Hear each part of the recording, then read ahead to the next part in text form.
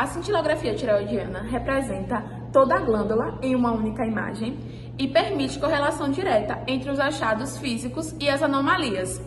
É importante lembrar que a parte anatômica não é vista, na cintilografia. A combinação entre a gama-câmera e o colinador Pignoli permite imagens de altas resoluções em múltiplas incidências da tireoide. A cintilografia tireoidiana é um exame de alta sensibilidade e serve para identificar algumas alterações na tireoide, como a tireoide ectópica, que é quando a glândula está fora do seu local normal. O bócio, que é o aumento anormal dessa glândula, e o bócio mergulhante, que é quando a tireoide aumenta atrás do estímulo e mergulha no mediastino. Hipertireoidismo, que é quando produz hormônio em excesso, e hipotireoidismo, que é quando a quantidade do hormônio é produzida insuficientemente. A tireoide subaguda, que é o aumento da glândula por causa de uma inflamação. E em relação ao câncer da tireoide, a cintilografia ela pode fazer a suspeita, porém não pode diagnosticar. O paciente vai ser orientado a procurar por outros procedimentos adicionais para esse diagnóstico. É a mesma coisa do nódulos na tireoide. Ela não é identificado, não é diagnosticado, na verdade, na cintilografia.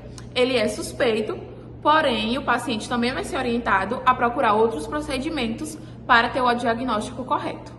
Agora nós vamos entender um pouco a respeito da metodologia que é aplicada a esse exame de cintilografia da tireoide, que compreende desde a preparação do ambiente até a preparação do paciente. E só dando um spoiler para vocês, quando eu me refiro à preparação do ambiente, eu também me refiro a um dos radiofármacos que são utilizados no paciente para emissão de radiação, porque como nós sabemos, no caso da medicina nuclear e esse exame cintilográfico, uma das maiores características é a captação da radiação do paciente para o aparelho. E um desses radiofármacos utilizados para a emissão dessa radiação no paciente é o tecnécio, que ele só consegue ser capturado através de um gerador que vai ser explicado posteriormente. Quando se trata de uma glândula ou qualquer órgão a ser estudado, a anatomia e fisiologia daquele órgão ela é de suma importância para a compreensão do processo patológico que está acometendo aquele paciente. E no caso da tireoide também é importante que nós saibamos a respeito do elemento químico principal, que é um reabastecimento para, no caso, o funcionamento natural do nosso organismo, que é o iodo, que também é utilizado como radiofármaco. Então, a priori, nós temos 3 radiofármacos importantíssimos para que possa ser possível o exame cintilográfico da tireoide, que é o radioiodo 123, o radioiodo 131 e o tecnécio.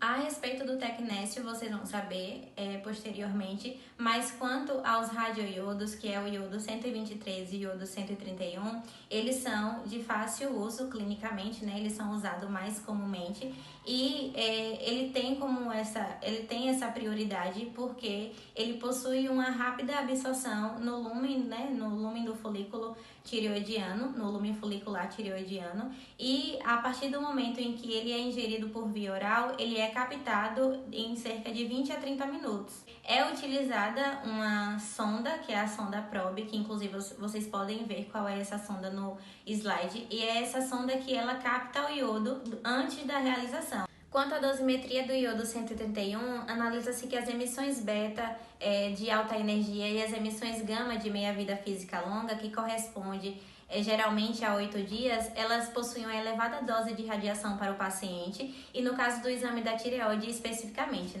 geralmente quanto mais a emissão de radiação que faz com que o paciente seja altamente exposto, menor é a prioridade dada àquele radiofármaco. No caso do iodo 123, ele é um radioisótopo produzido em ciclotron, que decai por captura eletrônica. Como nós já estudamos anteriormente, o ciclotron é também o mesmo aparelho que produz o beta positivo, chamado de positron. E no caso do iodo 123, ele possui meia-vida de 13 horas aproximadamente e emissões de fóton gama a 159 keV. Nesse caso, seu tempo de meia-vida e emissão gama é adequado o suficiente para a produção de imagens por gama-câmara, que é o aparelho utilizado no procedimento cintilográfico. Todo e qualquer procedimento que antecede o exame, ele precisa ser baseado no histórico clínico do paciente, nos achados séricos e, no caso do exame da tireoide, também nos achados físicos, que compreende a palpação do médico na tireoide, ou seja, na glândula do paciente para a investigação ou identificação de algum nódulo ou de qualquer processo patológico. Quando se trata da captação do radioiodo, ele é realizado por uma sonda, que é a sonda PROB, que vocês podem ver no slide anterior, que é essa sonda que é posicionada 30 centímetros acima da glândula tireoide, e o exame cintilográfico, ele é realizado pelo aparelho gama-câmara, que vocês podem também verificar logo no início do slide, na capa da nossa apresentação. Dentro dessa anamnese, nós temos algumas dúvidas. E as dúvidas sempre são referente a medicamentos, referente a alimentos que não pode ter sido ingerido 4 horas antes da realização do exame. Se o paciente estiver num tratamento de algum fármaco que tenha em sua composição o iodo, esse medicamento antes da realização do exame, ele precisa ter sido descontinuado.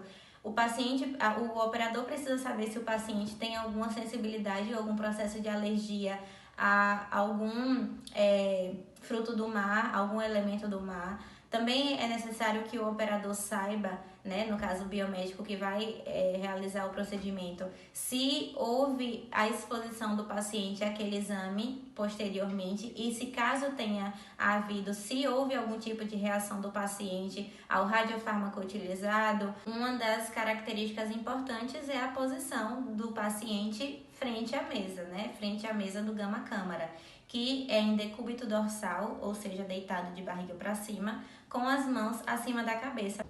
E quanto ao pós do exame, uma das coisas mais importantes que precisa ser de auto-esclarecimento do paciente é que ele se mantenha isolado, até porque, como foi dito anteriormente, toda a emissão captada pelo aparelho utilizado, ela é emitida pelo corpo do paciente.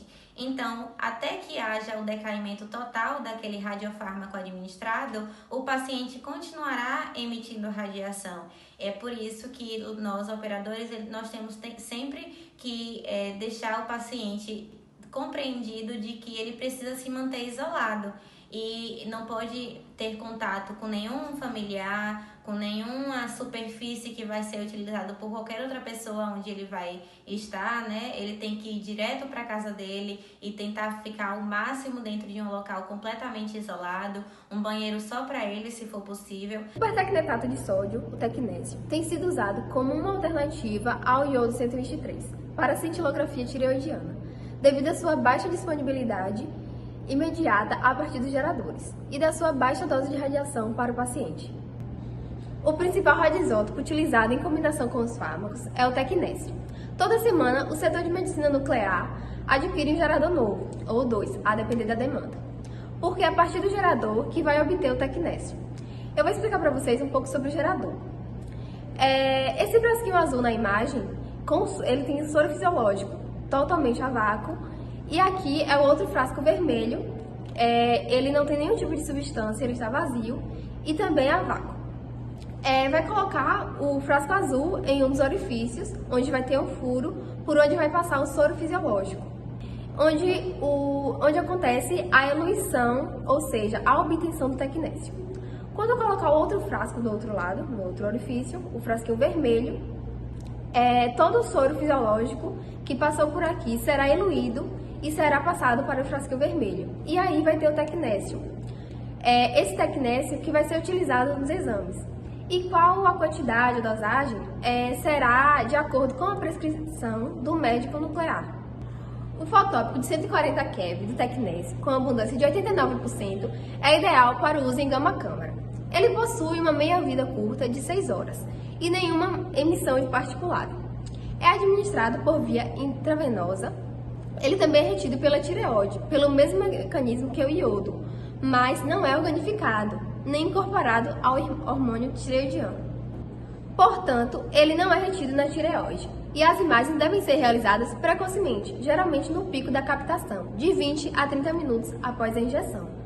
A escolha do radiofármaco, como o pertecnetato de sódio, o tecnésio, algumas vezes é usada em crianças devido à sua baixa dose de radiação e à sua elevada taxa de contágio. A sua desvantagem é que ele não é organificado e, portanto, não é ideal para avaliação de nódulos ou para a quantificação da captação. As medidas de captação, baseadas em gama-câmara, podem ser realizadas também em exames de cintilografia com pertecnetato de sódio e são rotineiras após varredura para o câncer tireoidiano.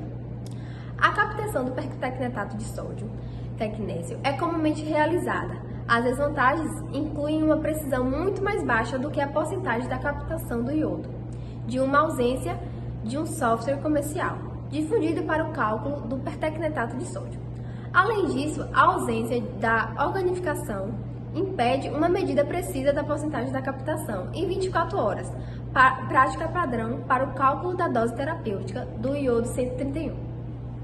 Existem algumas contraindicações e precauções para realizar a cintilografia de tireoide. A primeira delas é a insuficiência renal crônica. Assim que administramos o contraste iodado naquele paciente, ele começa a emitir radiação. Isso acontece porque esse radiofármaco fica acumulado no organismo e ele é excretado a partir da urina. Quando esse paciente tem alguma insuficiência renal ou alguma deficiência e lesão no glomérulo, ele passa a excretar com mais dificuldade.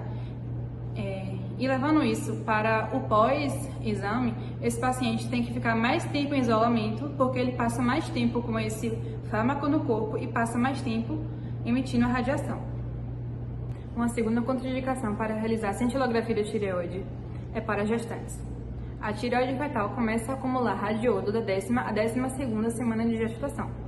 Ele atravessa a placenta e pode causar danos significativos para o feto, como o hipotireoidismo fetal. Por isso que para realizar cintilografia de tireoide nas mulheres com contraste iodado 131 é necessário um teste de gravidez primeiro. A terceira contraindicação para realizar o exame é para as lactantes. O radiodo ele é passado para o bebê a partir do leite materno e as contraindicações dependem do tipo de contraste a ser utilizado. No caso do iodo 131, por conta da sua longa meia-vida, é ideal que a mãe pare de amamentar após o uso desse contraste. No caso do iodo 123, pode amamentar 48 horas depois. E no caso do tecnésio, pode amamentar depois de 24 horas da administração do contraste. A produção da imagem se dá por etapas. Inicialmente, ocorre a administração do radiofármaco e logo em seguida, o posicionamento do paciente ao equipamento. Como mostra na imagem, o equipamento utilizado na medicina nuclear é a gama-câmara, em que contém detectores, podem ter uma ou duas cabeças, a mesa e o gantry. A mesa é onde vai posicionar o paciente e o gantry vai auxiliar na produção da imagem. A gama-câmara vai captar a radiação que é emitida pelo corpo do próprio paciente e vai produzir a imagem. Nas imagens, podem ser observados nódulos, que devem ser confirmados através da palpação ou visualização anatômica por ultrassonografia. Neste caso, os que se destacam são os nódulos quentes e frios.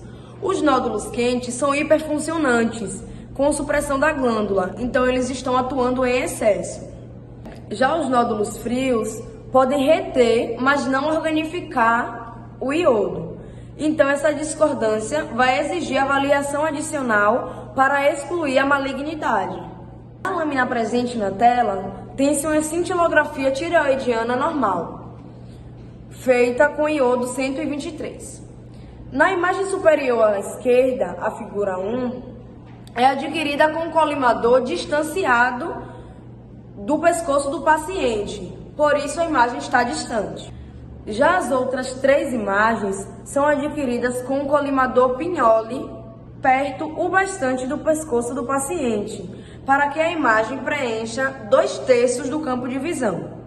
O lobo direito é bem mais visualizado na incidência OAD e o lobo esquerdo na imagem OAE, porque aqueles lobos estão mais próximos do colimador e são bem mais ampliados. Na lâmina presente, tem-se a imagem de um paciente que contém a doença de Graves. O paciente está tireotóxico.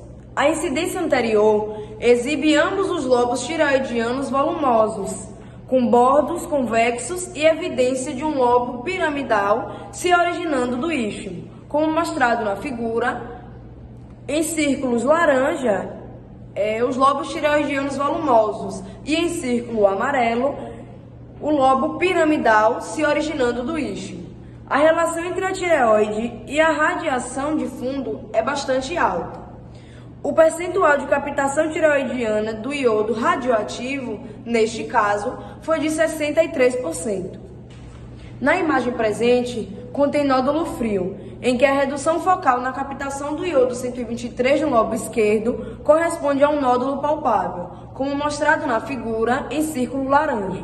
O paciente também apresenta doenças de Graves. Observem também que o lobo piramidal proeminente e os lobos tireoidianos aparentemente estão aumentados.